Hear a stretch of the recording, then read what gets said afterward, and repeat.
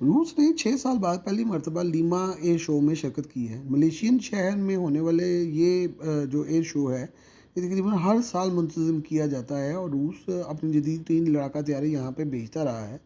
लेकिन पिछले 6 साल से यहाँ पर रूस ने कोई तैयारा नहीं भेजा था।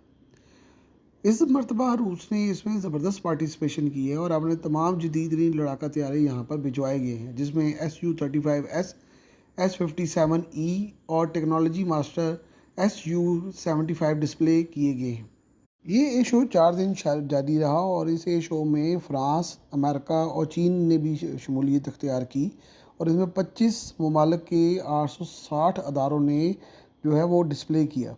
दफाई नुमाइशों, ए शोज़ और मुल्की तौर पर जो हथियारों का डिस्प्ले है वो बहुत मायने रखता है। पहले तो इसकी जो असद दहानी थी वो कुछ और तरह की थी, लेकिन अब इसमें मुकम्मल तौर पर तब्दीली आ गई है और ये एक ऐसी पैगाम रसानी और पॉलिसी का जो किरदार है वो ज़्यादा शो होता है इससे।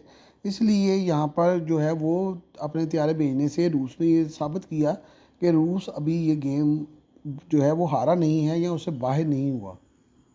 मलेशिया में इन तैयारों का जाना जो है वो भी एक बड़ा मायने रखता है। उसकी बड़ी वजह ये है कि रूस SU-30 तैयारे जो है वो मलेशिया को पहले ही फराहम कर चुका है और हाल ही में रूस में मलेशिया के सफ़ीर ने ये बयान दिया है कि जो मलेशिया है वो रूस के SU-35S तैयारों को ख़रीदेगा और उसकी ख़रीदारी का इरादा तर्क नहीं किया गया। रूस ने अपने हैवी वेट ट्रांसपोर्ट तैयारे IL-76 भी यहाँ भिजवाए। उसके अलावा अटैक हेलीकॉप्टर्स और यूटिलिटी हेलीकॉप्टर्स को भी डिस्प्ले किया गया है। रूस के जदीद तीन कॉवर्ट जो हैं वो मलेशियन साहिलों पर भी पहुंच गए और खैर से गाली के दौरे किए और ये बहुत अहम और बड़ा मायना खेज जो है वो विज़िट रहा है। इसी दौरान सारे मामला जो जो चल रहे थे तो बड़े शानदार फ़ज़ाई करतब भी दिखाए जा रहे थे, जिसमें SU-35S ने बहुत ज़्यादा शमूलियत अख्तियार की और बड़ी दाद भी हासिल की और वहाँ पर सारे शो को जो है वो लीड किया। ये ए शो 1991 से जारी है और हर साल इसको जो है वो इस शहर में किया जाता है और इस शो में बहुत सारे ममालिक जो हैं वो अपनी प्रोडक्ट्स जो हैं वो बेचते हैं। तकरीबन 6 साल रूस ने इसमें शिरकत नहीं की थी, लेकिन अब जब शिरकत की है तो ये शिरकत बड़ी पावरफुल रही है।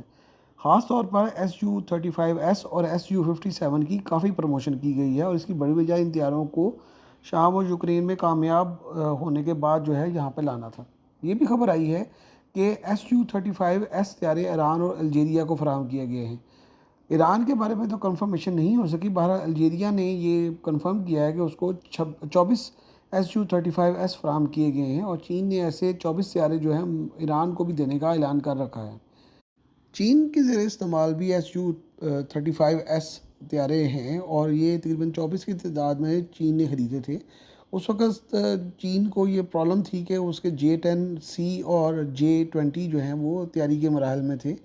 जो ही चीन ने अपने मुल्की तौर पर तैयारे जो हैं वो कामयाबी से बना लिए तो उन्होंने मज़ीद रूसी तैयारों को ख़रीदना बंद कर दिया है। इंडोनेशिया में रूस की मौजूदगी का ये भी मतलब है कि रूस इन तैयारों को एशियाई मार्केट में फ़रोख्त करना चाहता है और दिलचस्पी ले रहा है कि एशिया की मार्केट को कैप्चर किया जाए। हाल ही में भारत को भी SU-57 की टेक्नोलॉजी ऑफ़र की गई है, लेकिन भारत ने इस पर ज़्यादा तवज्जो नहीं दी और ख़्याल किया जा रहा है कि अमेरिका भारत को F-35 तैयारे फराहम करेगा, जिसके असरात बहरहाल नज़र नहीं आ रहे और भारत जो है वो पिछले 5-7 साल से इंतज़ार कर रहा है कि अमेरिका उसको ये तैयारे ऑफ़र करे और वो फटाफट इसको ख़रीदे। रूस ने पहली मरतबा अपने जदीद स्टेल्थ तैयारे SU-75 चेकमेट को भी डिस्प्ले किया है। ये रूस का बहुत ही अहम प्रोजेक्ट है और इस प्रोजेक्ट को पहले से मुत्तहिदा अरब अमारात, सऊदी अरेबिया और इंडिया को ऑफ़र किया जा चुका है और टेक्नोलॉजी ट्रांसफ़र की भी ऑफ़र की गई है। रूस इन तमाम ममालिक को टेक्नोलॉजी और प्लांट दोनों ऑफ़र कर रहा है, लेकिन फ़िलहाल ये जो मामलात हैं अभी पेंडिंग ही हैं।